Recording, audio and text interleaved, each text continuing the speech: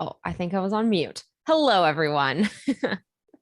Well, thank you for joining us on this live stream. Thank you for taking a couple minutes bearing with us there as we pushed ourselves live. I know a couple of you guys were waiting in the waiting room, so thank you so much. We're very excited to have you all with us this afternoon, this morning, wherever you guys are in the world. We've got an exciting topic that I think is going to make a whole bunch of your lives a whole lot easier. Today, we're talking about the sales development tech stack for 2022. And my guest who is joining us today, V, why don't you introduce yourself?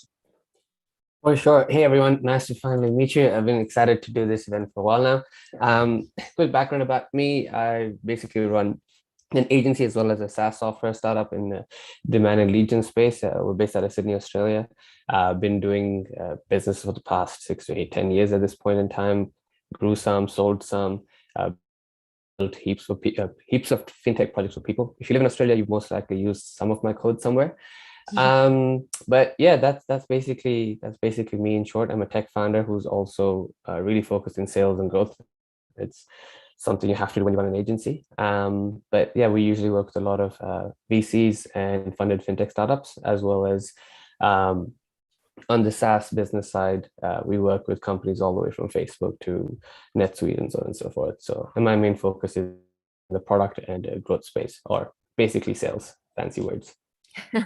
Very Yeah. cool. Well, we're super excited to have you here. And the reason we're talking about the sales tech stack today is that when done right, a sales tech stack can be a huge asset to help your team find sales qualified leads, automate those really tedious tasks to improve their performance, and then, of course, track the most effective sales strategies and metrics so that your reps can spend more time on those tasks that actually are revenue generating. So that's what we're going to go into today. We're going to talk about kind of the ideal software stack that your teams can use. We're going to talk about kind of the different stages of that funnel and what tool works best where. And just all in all, we want to make your lives a whole lot easier with some good content. So why don't we get started? V, tell us about using the kind of initial piece of the tech stack that you can use to find the right people to prospect. Yeah, sure. I've broken the entire presentation down into different sections, from onboarding to finding people and so on and so forth. So if you want, I can kick off with the lead list generation. Is that what we're going to start off Perfect. with? Okay, Sure. we can Yeah. start off with that. Then we can bounce around. Cool. Let me know if you can see my screen. Yes. Fantastic. Okay. So as we all know, outreach and cold email is kind of fundamental for SDRs and us in general when we're trying to build new leads, build new flow cycles for our business. And the principle is sometimes email works, LinkedIn works, DMs on Twitter work. It really depends upon the flavor that you're trying to take on. It's surprisingly or not surprisingly, even in this day and age, outbound is usually slept on. Most people and teams still depend upon inbound leads mainly to then try convert and close deals. So we're going to be speaking mainly about outbounds, but to start off with outbounds, we're going to be starting off with the main part, which is what Sarah mentioned, is actually finding the leads and who you need to sell to. So the first piece is actually lead list based upon an ICP. So for those who know what an ICP is, that's just a fancy way of saying the right type of person that you're trying to sell to, right? Your ideal customer persona, who is going to be in the most pain that you're trying to reach out to, who's most likely to buy your product. Because when we're doing outbound, people nowadays are being hit with a million things. So we want to make sure the people we're reaching out to are highly active and most likely the ones that are going to convert. So there's a few sections over here. We're going to go through 4 or 5 different parts as to how you can actually generate leads. The first one is Apollo. Some of us have heard of it. It's the cheapest option out there in the market right now with respect to lead generation in terms of finding actual lead lists. You get very specific filters. You can also send emails directly from Apollo, and you get somewhat verified emails, as well as heaps of company data, which then you can use to make informed decisions. ZoomInfo has been the original player in the market for the longest time. And the reason why they're so successful at what they do is they have the highest accuracy rate for phone numbers. And when you're trying to do cold calling and outreach, I believe they have almost a 45 to 64% accuracy rate in the US at least, which is very, very high compared to most other softwares. Now, if not everyone's got $25,000 a year to afford ZoomInfo, which I completely get, an alternative that I've seen that has worked well for our own clients in terms of our SaaS product when we're trying to help other people is Uplead. because it's somewhat like a right in between from Apollo to Zoom Info. Now, all these businesses, all these softwares over here definitely depend upon your prospects having an online presence. But most people, some people might not be selling to an online presence audience. You might be selling to salons, cafe owners, restaurants, businesses. And that's definitely an audience that's very active and probably more high value than the online business, which everyone are trying to sell to.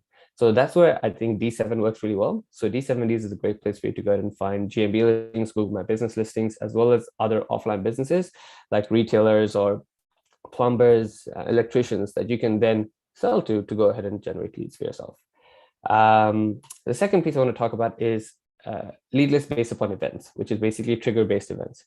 Why this is important is because it's a reactive environment. What that means is they have done something, and as a result, it's top of mind for everyone. So it's a fresh piece of information and high relevancy for you to reach out to them. Smartwriter, our own product, obviously have a shirt. We do deep enrichment, which helps find company announcements. If your prospect's been on like a podcast, a news mention, article, blogs, we found that for you so you can make highly relevant conversations with them when you're trying to do outreach. Diffbot, kind of similar, does exactly what we do at Smartwriter, but it also goes ahead and scrapes news articles more deeply, and that's just their preference, and they're API friendly. Crunchbase, we've all heard of Crunchbase. If you haven't, you should check it out. Crunchbase is, think of it as the VC environments announcement newsletter. It's got all the recent funding announcements, acquisition announcements, hiring announcements. Quite literally, if you're VC funded, you're most likely on Crunchbase. And the good part is if you're VC funded, you've got money to spend, which means you can sell to them. And the last thing is Alien. It's very similar to Diffbot. The only difference between one and the other is I usually find Alien to be a little more fresh with the data versus Diffbot. These are all API friendly. All these softwares over here API friendly, and similar to them, they all offer similar value proposition, which is research done for you one click. So when you're trying to sell to a prospect over here, you don't need to spend your time on hours of research. Instead, that's just done for you in one click, and then you can use that to go ahead and find out who exactly the right person to reach out to. Cool. Still got two more. So the last two that I want to quickly talk about is basically lead list based on Filmographics. If some of you don't know, there's a great company called Built With, run by one person based out of Australia. All they do is they go ahead and find the technology used by competitors, or find the other way around, where you can find people who use a certain technology. Maybe you're selling a Google Analytics alternative that is better and privacy, as we've seen. I think Europe's banned GA recently due to GDPR, etc. So you can easily go and find every company based out of EU using Google Analytics and sell them an alternate software. Very easy win, very easy find for you. StackShare also works great when you're trying to upsell. Maybe you've got a suite of products, like you're from Zoho and you're trying to sell 10 different solutions. What StackShare does is it shows every single stack that a company has, technology stack, and you can easily go and tell them, hey, we can replace this, and this for you at this deal. So that way you're increasing your average order value and not just selling a single product. Clearbit is, again, a very popular tool along with Intent. What they do is sort of enrich your website visitors with actual live information, phone number, contact numbers, and so on and so forth. So then you actually know who's visiting, which company is visiting your site. So then you can then again find the respective people from that company to reach out to. And the last thing to speak about is scraping. Now, scraping is only quote unquote legal, but we're only going to be speaking about public directories, so we're not exactly going beyond that. So with Smartwriter, you can use SalesNav. You can scrape company information and get verified emails. SalesQL does the same thing.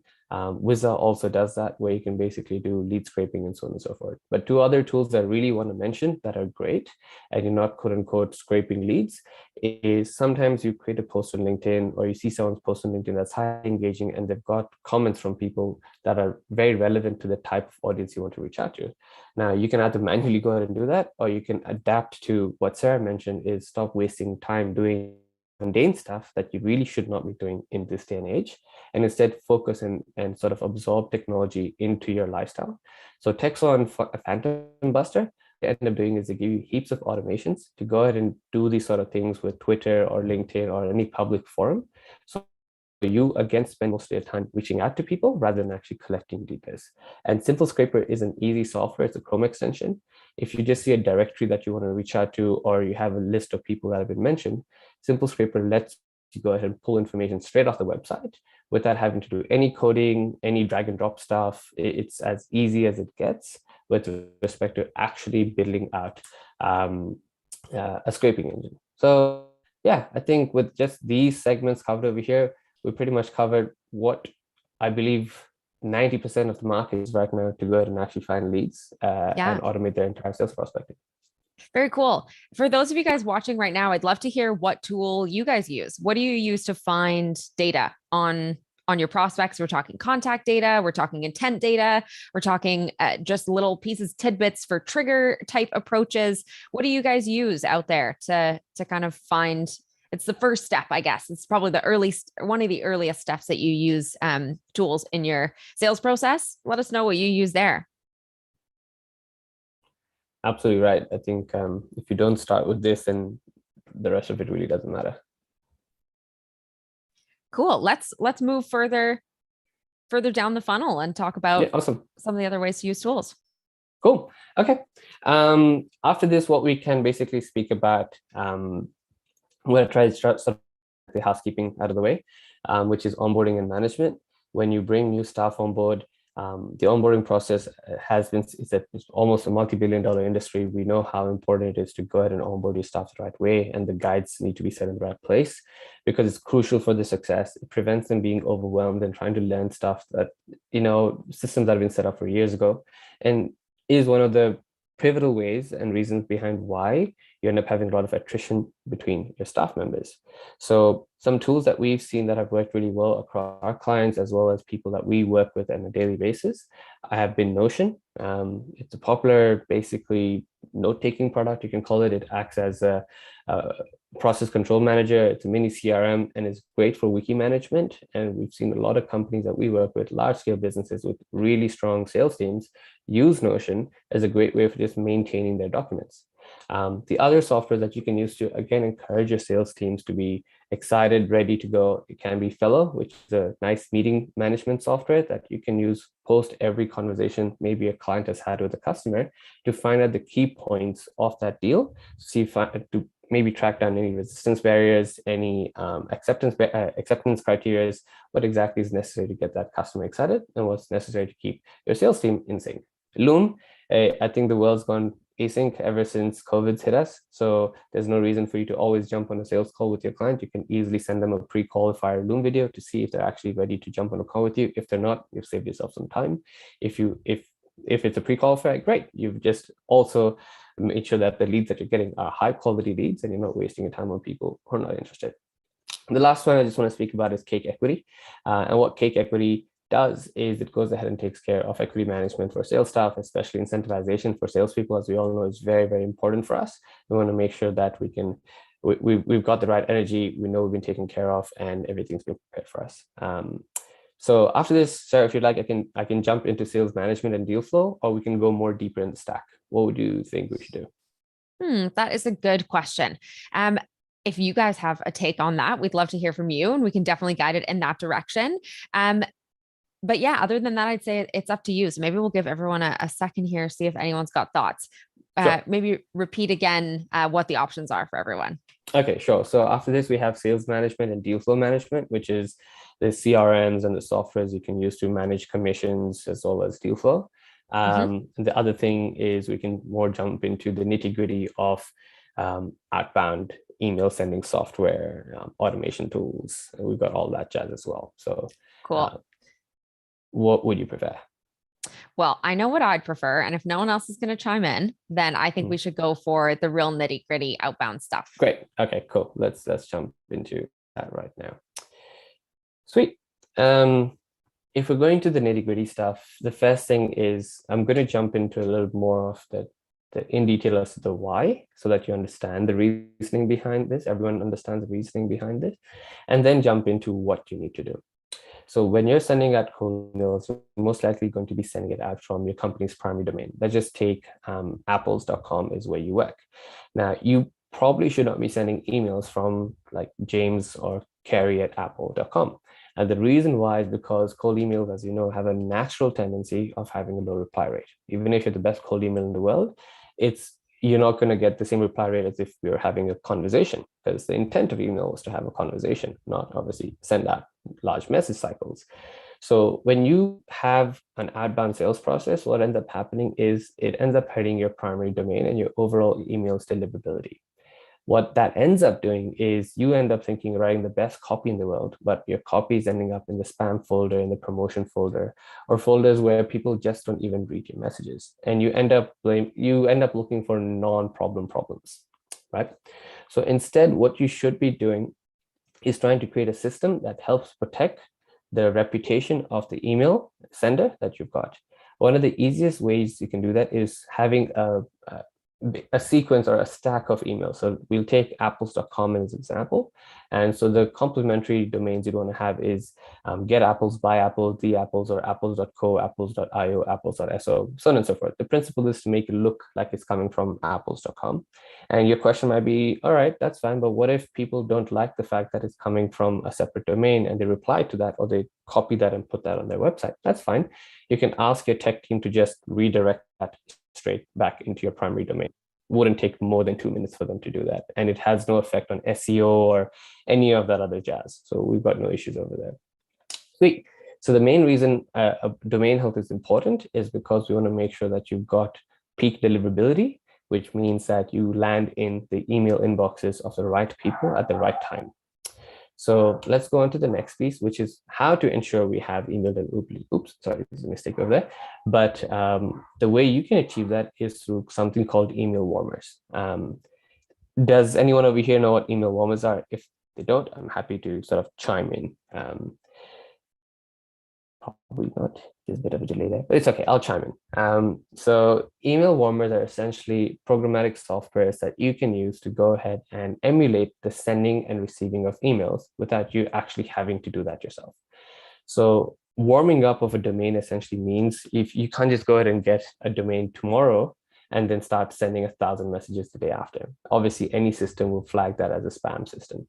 So spam email. So what you should be doing is instead using these softwares over here. And I'll walk you through the advantages and disadvantages of each of these behind why you should use one or the other. And you basically need to set up a warming service or engine for about 2 weeks. So let's say you've just started a role right now. For the first 2 weeks, I would recommend maybe doing more outbound with maybe a pre-existing domain. Obviously, you have other sales reps who would have had domains that have been warmed up, or you can just do LinkedIn outreach per se. So once your email is warmed up, which is these softwares programmatically go and send and receive emails on your behalf to make ESPs, what are known as email service providers, basically think that you're an active individual and you're not just a robot sending out 1,000 messages in one go. Again, we're trying to avoid manual work. It was surprising when I actually saw teams send out emails within their own teams to ensure the deliverability was back up sometimes when it went down. And no, you don't need to do any of that in this day and age. That's not the goal. We want to automate as much of your life as possible to the similar point that we want to make sure you're closing deals. So the 3 main tools that I tend to sort of look into right now, at least, is Mailworm, Lemworm, and Instantly. Mailworm is good. It is definitely on the more expensive side. It is programmatic, but the reason why it works somewhat well is not only does it send emails to and from, but it actually ensures that your emails are removed from the spam section, and not only removed, but they move to the primary inbox and so like marks them as important. So when that happens, it signals to these services that the person sending these messages are highly relevant and it's important for the end user to listen to these. Lemworm is basically part of a company called Lemlist. If we've been in outbound at some point, we would have heard these about this company amongst many others that exist. The reason why Lemworm is good and not better than Mailworm is simply because of something called domain age variability. That means most people use Mailworm, obviously use it to warm their emails. That means it's fresh domains. Everyone's got fresh domains. It's not good. So a combination of age domains means some people using Lemlist would come with domains they bought for 10 years ago or 6 years ago, 4 years ago. So that variability is good. It means you're sending emails to someone who's got a quote unquote email reputation. Therefore, again, signaling to ESPs that this is a natural system. Instantly is the last one I want to speak about. And what Instantly does, it does paste management for your email, so it doesn't look like you're just spamming out. Even your warm-up emails are nice and clear, and they work in a humanistic way. And similar to Mailworm, they also go ahead and remove your emails from the spam section. They put it into the inbox, and they reply to it with contextual messages. So win-win for everyone. Cool. And then the next piece I want to speak about is, once you've warmed up your emails, actually sending out the messages. Sweet. So one of the main things we need to look for when sending out messages is, you can do one or two things. If you're the type of person who likes sending out manual messages via via email, great. You don't need to worry about using a secondary CRM or an email sending provider. You can just manually go ahead and do that. But if you're the type of style of work you've got needs sequencing, which I know most SDRs need as sequencing, you want to use email automation. And you know what sequencing means for those who are not aware of it. It's just a concept of creating a sequence of the first email, a follow-up email, and then 3 or 4 other follow-up emails based upon logic flows. Let's say you've sent a link in the first email. If they've clicked on that link, but they're not signed up, then you can go ahead and send them an alternative email. If they've clicked on the link and signed up, you can send them another email. If they replied to you, you can send them another email. If it's a positive reply, a negative reply, all these things you can pick up and basically create an entire flow, again, to make sure that you're freeing yourself of time that is not necessary for you to waste. And instead, you can focus on someone replies saying, yep, let's jump on a call, because what's important is demos and trying to close the deal. And then also ensuring that these softwares, they've got attachments and rich text editors, because then you can always use humor, giffies, jiffies, however you pronounce it, images, to bring in just more flavor and life into your emails. Great, so let's talk into the actual softwares that you can use to send this out. I mentioned Instantly again, because these tools and Lemlist they end up doing many things, not just one thing. Now, I've spoken earlier about having multiple emails to go ahead and send out messages.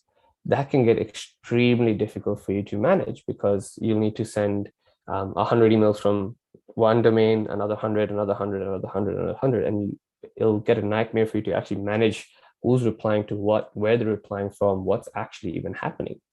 So the way you do that is, either right now, what exists as solutions in the market is you chunk out your lead list. So you've got 500 leads to reach out to over the span of a week.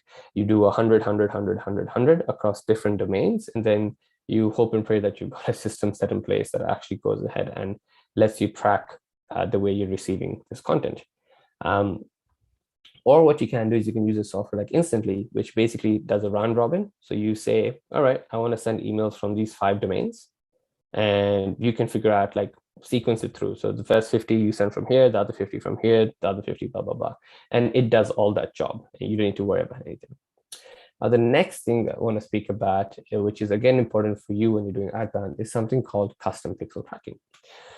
So what custom pixel tracking essentially means is, when you're going to go ahead and send out messages, say you're sending out messages from lemlist.com. Let's take an example of Snovio, right? What they do is obviously provide you the ability to go ahead and track whether someone's opened an email, clicked on the link, replied, and so on and so forth. So the way to do that is not obviously through magic. What ends up happening is something called a custom pixel. Think of it as nothing more complex than just like a very, very tiny image that they attach to every single email.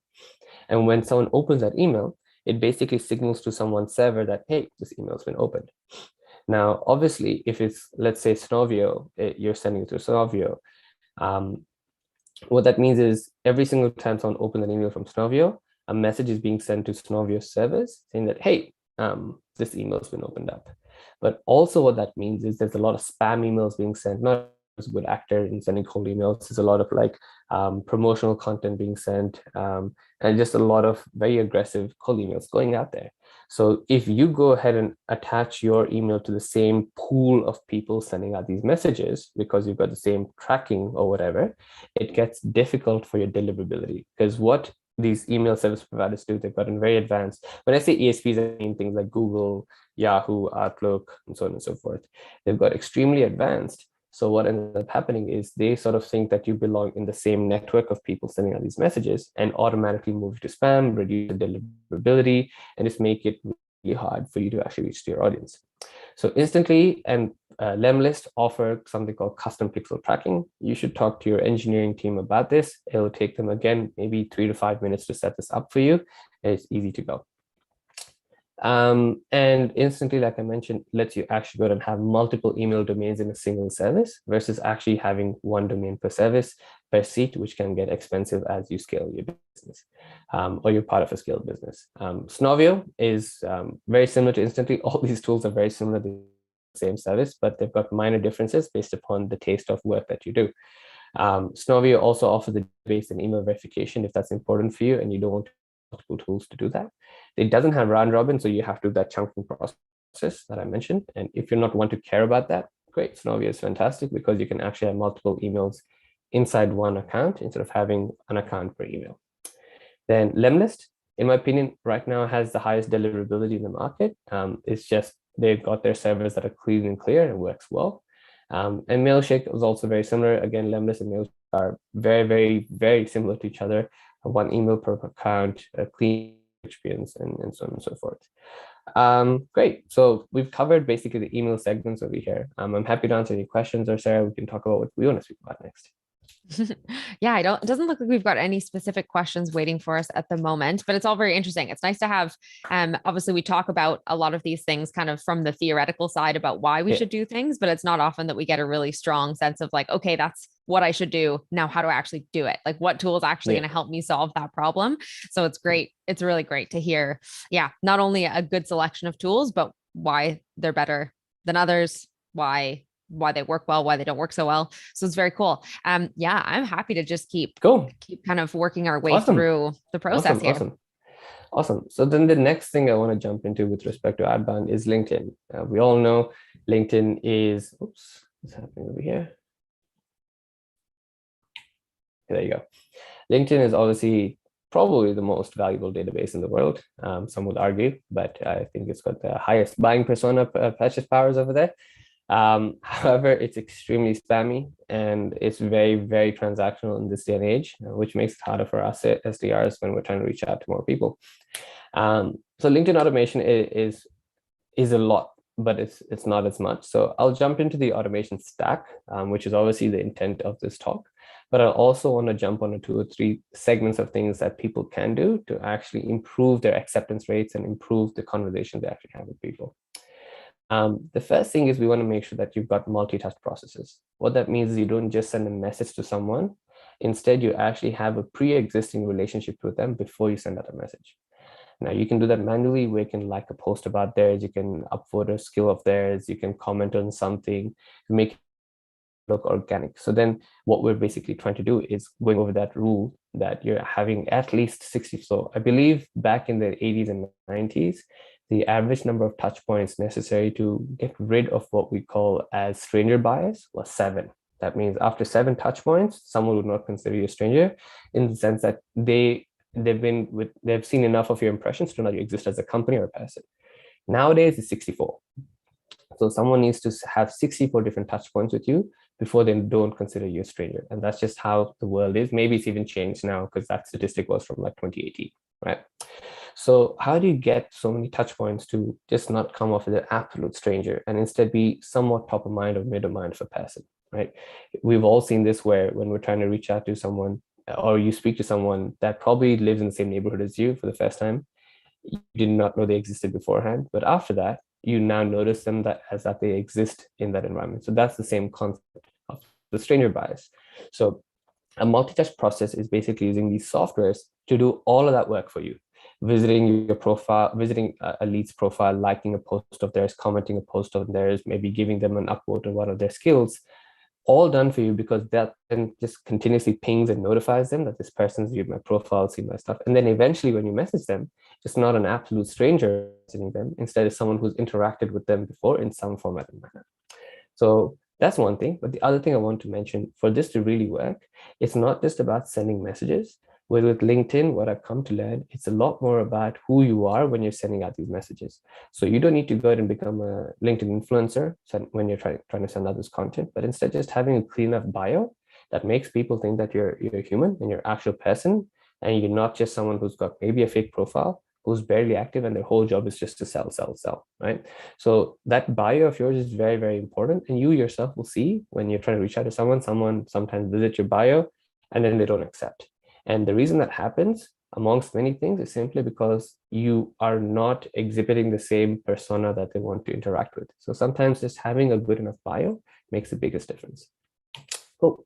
So automation tools, in terms of the things that I've mentioned, we'll speak about the engagement sequences, as well as analytics, as well as something that has to be safe, because we all know LinkedIn is quite notorious in blocking profiles these days, and automation software.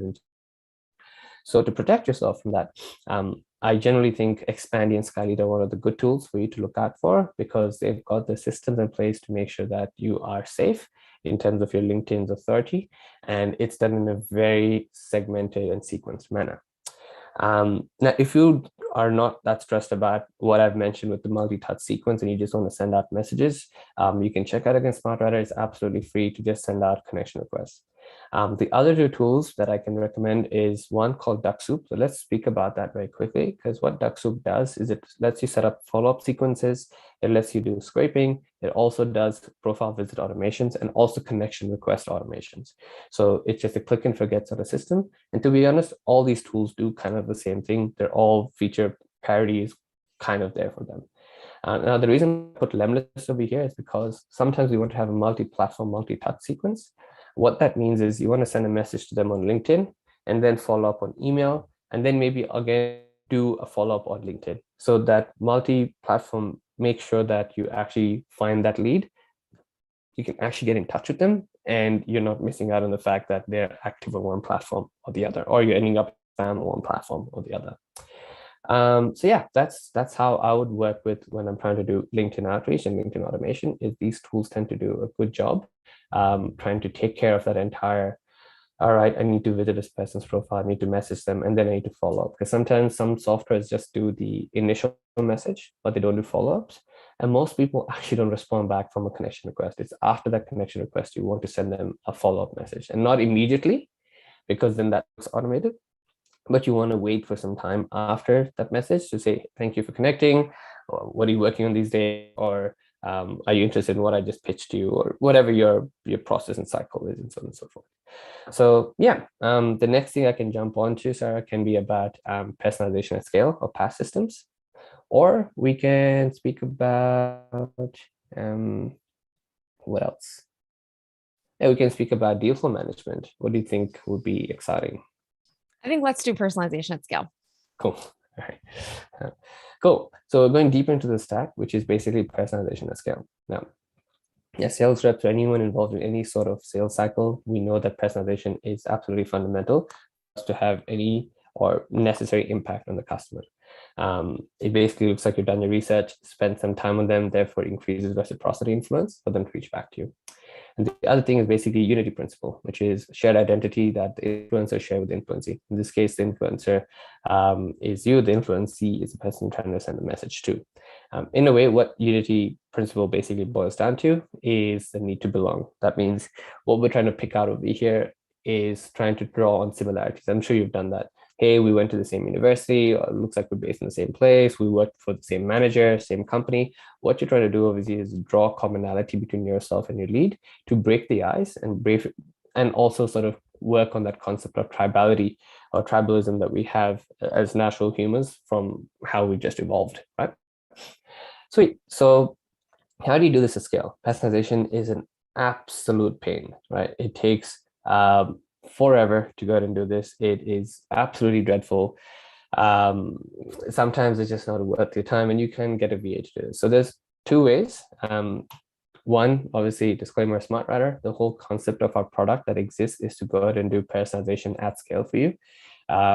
We go and scrape about 2.6 billion pages per profile that you provide us, and go anywhere from just their LinkedIn profile to their Google, their company, their deep enrichment. And what that means is we look at their Google reviews, we look at the company news mentions, case studies, blogs. And deep enrichment is, it would look for Sarah's podcast that she's been on. Anyone who's mentioned Sarah in a news article, webinar, speaking events like this, it will actually go ahead and talk about the webinar that I did or Sarah did and sort of reference that. And that sort of process is absolutely important for you to stand out because it goes beyond just the LinkedIn. Because right now, everyone's got LinkedIn. Everyone's going to pick up some piece of the puzzle from the LinkedIn. And the way you start standing out in 2022 is going beyond their LinkedIn profile and reaching out to the deeper webs of the internet. You can do that, but imagine that 500 people at about 10 to 15 minutes each. You've basically spent about 600 minutes. That's about 10 hours just in finding the information, and then actually writing the message takes a bunch more time. So Smartwriter handles that for you. Now, if you're a video personalization type of person, you can easily use Synthesia. So Synthesia, I've got my feelings for it. It's good and bad. You can tell it's robotic, but some people prefer that, and they've obviously got the clientele and customers to show the success of this. And it's basically got text to video personalization. So you can actually stack this up where you can take Smartwriter's data and then put it into Synthesia, and that's basically going to mimic a persona or model that's going to look like you're actually pitching a product or speaking about a product and so on and so forth. And then you can use one page to generate 500 messages and videos that then you can send out at scale. And the last one is a software that's still in, but you can definitely reach out to see if it's worthwhile. It's called Be Human. So what Be Human does is it lets you record a video like this, and then Smartwriter has got this coming out as well. And what Be Human right now, they exist already, is you can record a video like this, put in placeholder words, so like, hey, first name, it's great to see that you're doing XYZ at this company. I'd love to see if we can help you grow your business. And then you take those placeholder texts like first name and XYZ company, and then put in the text there, and you manually manipulate that video to make it look like one video basically has spun out 1,000 different videos with different text and variations and combinations set up. So it can be very, very effective when you're doing outbound. But obviously AI is not fully there yet, and we're working towards getting you to that next. Cool. After this, I want to speak about something we all like and don't like, which is cold calling. Right? If you get it right, it's a win-win chicken dinner for you. If you don't, it's okay. There's softwares over here that clearly help you get that. So what's important with cold calling software nowadays is instead of you having your manager listen to your calls or you trying to report things that they've said, is you can use AI, and voice AI has actually come significantly further than video AI, to go ahead and actually track sentiment of how people are finding your sales staff's conversations. You can actually have training and guidance within these softwares. You can also have almost like a prompter to go ahead and tell them, in a situation, a client has said a certain word automatically on the screen. These are the scripts that were used by other sales reps at the point of that resistance barrier to convert this, and can be extremely powerful, especially when you're maybe new or you're just welcoming yourself to a new company. How do you actually go ahead and make sure that I'm using the same training that all these other people have who've been around for 5 years, and I want to be as successful as Kate or John, who's been here for 5 years and a top performer. So sharing that sales script and that resistance barrier management is extremely important. The two softwares that I want to mention that can do that very easily is AirCall and JustCall. There's heaps more in the market, depending upon the company that you use. Obviously, everyone's using some sort of cold emailing, cold calling software here. But the reason why I like these two is because of the teleprompts that they give you. Script management, in-call guides, and also that they're AI powered. And what I mean by that is they give you information about the ums and ahs, your sentiments, the positive sentiments, negative sentiments as to how the calls worked after that. So then you can really realize what was a good call, what was a bad call, and just really dig down deeper and deeper and deeper into what works and what doesn't work when you're trying to sell to your customers. The last thing I want to jump into for this presentation is the end of this all, which has been the bane of a lot of people's existence as SDRs, or even anyone doing product demos, is product demo software. Is sales teams absolutely dreading the fact that some features have been pushed out that break the application, having to depend upon a dedicated engineer to create a certain flow for them, broken issues from different environments, and having to depend upon someone just to do a demo every single day can be exhilarating. It's not exhilarating, it can be exhausting and painful, and almost makes it feel like you're a crutch because you have to depend on someone to just succeed at your own job, and that person might not be available, it's not their priority, and so on and so forth. Trust me, I get you, I feel it. So a software that you can look at that I've tried these two, and I generally like Walnut a lot more. Walnut.io basically lets you create completely custom flows. It lets you do that all with no code and drag and drop environments. you can actually create sendable links. So sometimes you can actually create a link to send to your customer even before or after the call, so that they can get to experience the same product that you experience without bugs and in a very predictable way. And that's important because you don't want to go ahead and send them a buggy product or a product that's got an issue, or you don't want to go ahead and send them into your complex solution and sort of tell them to figure it out on their own. Instead, you want to send them through the most optimal path.